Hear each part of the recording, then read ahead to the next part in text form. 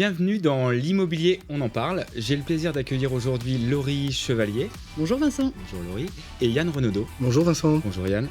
Il représente le cabinet Decré Patrimoine. Je vous propose à vous de parler de création de patrimoine aujourd'hui. Ça vous convient ? Bien sûr. Pour ça. Super. On a coutume de dire que 2 Français sur 3 estiment que l'immobilier est le bon moyen pour la retraite. Moi j'approuve. Yann ? Effectivement, Vincent, vous réalisez un prêt pendant votre période d'activité, par exemple, pour faire l'acquisition d'un investissement immobilier.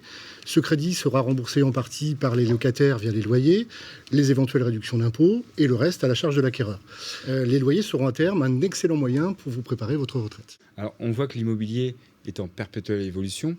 Valeur refuge ? Oui, parce qu'on a pu observer une forte volatilité sur les marchés financiers depuis de nombreuses années. A contrario, la valeur du patrimoine immobilier est en perpétuelle évolution, surtout sur la Loire-Atlantique. Alors la Loire-Atlantique, effectivement, on sait qu'il y a plusieurs mécanismes pour investir, dont la loi Pinel, plus de 40 communes en Loire-Atlantique. Effectivement, Vincent, la loi Pinel est aujourd'hui le moyen de défiscalisation le plus connu. Alors la loi Pinel, c'est quoi ? 21% de réduction d'impôt maximum sur une période de 12 ans, avec des conditions de location à remplir. Mais attention, aujourd'hui, il existe d'autres dispositifs qui répondent à tous les objectifs des clients. Je connais effectivement l'amortissement, la déduction, la réduction.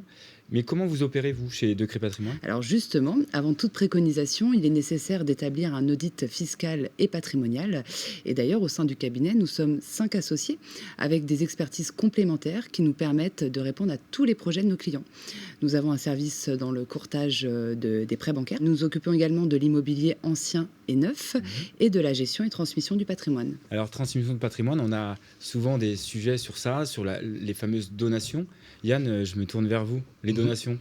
Les donations, aujourd'hui, la loi vous autorise de transmettre 100 000 € en pleine propriété par parent et par enfant tous les 15 ans, ce qui, à terme, évidemment, va venir diminuer la facture des droits de succession. Donc, économie, combien d'économies ? Le taux moyen en France, c'est de l'ordre de 20% sur les successions, donc c'est quand même pas neutre. On parle souvent aussi des placements bancaires, le livret A 0,5. C'est pas une grosse rentabilité. Non, le livret A répond à un besoin de liquidité court terme.